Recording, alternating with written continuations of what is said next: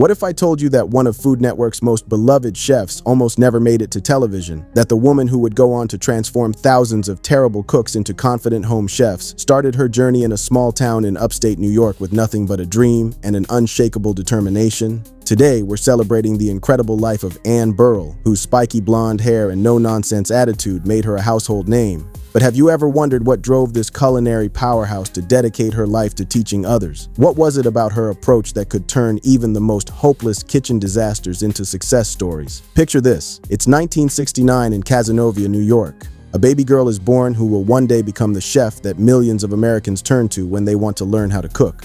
But Anne Burrell's path wasn't always clear.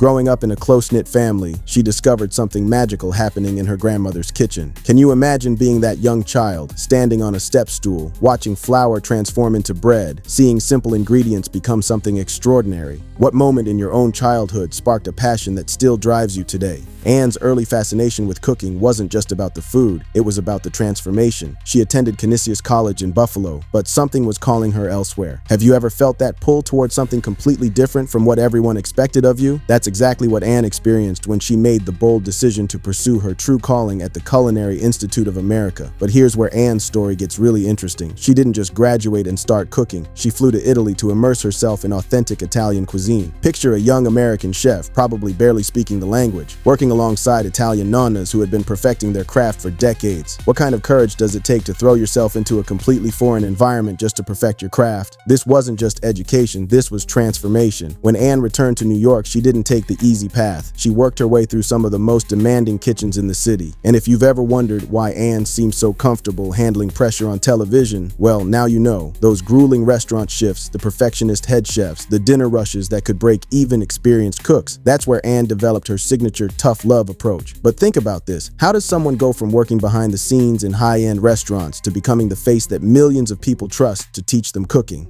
The transition wasn't immediate. Anne spent years building her reputation, perfecting not just her cooking skills, but her ability to communicate complex techniques in ways that everyday people could understand. When Food Network discovered Anne, they found something special. Here was a chef who didn't just know how to cook, she knew how to teach.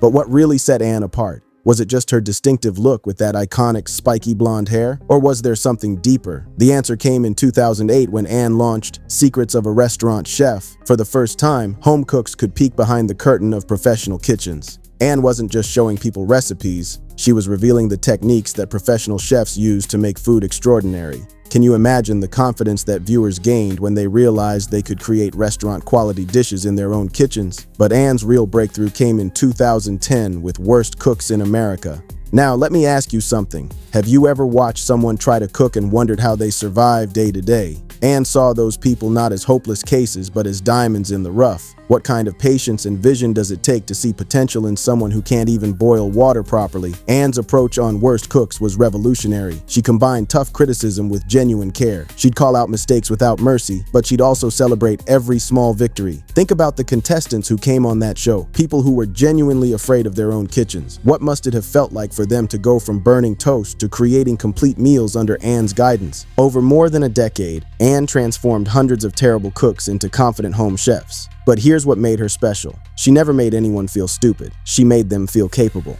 When someone finally nailed a technique they'd been struggling with, you could see the genuine joy in Anne's eyes. Have you ever had a teacher who believed in you even when you didn't believe in yourself? Anne's personal life remained largely private, but those close to her knew a different side. Married to Stuart Claxton, she balanced her demanding career with deep personal relationships. She maintained strong friendships within the culinary community and remained close to her family. But what drove someone to give so much of themselves to helping others succeed in the kitchen? The answer might be found in Anne's philosophy about cooking. She believed that cooking wasn't just about feeding people. It was about bringing families together, about creating confidence, about transforming everyday moments into something special. When you think about it, isn't that exactly what she did for every person she taught? Anne continued hosting Worst Cooks in America well into the 2020s, wrote cookbooks, and appeared on countless other shows. But her real legacy isn't in the episodes she filmed or the books she wrote. It's in the millions of people who learned to cook because of her encouragement. Today, the culinary world mourns the loss of Anne Burrell, who passed away at her Brooklyn home at age 55. But think about this. How do you measure the impact of someone who spent their career empowering others? How do you quantify the confidence she gave to people who thought they'd never be able to cook? The tributes pouring in from colleagues, students, and fans tell the real story. These aren't just remembrances of a celebrity chef.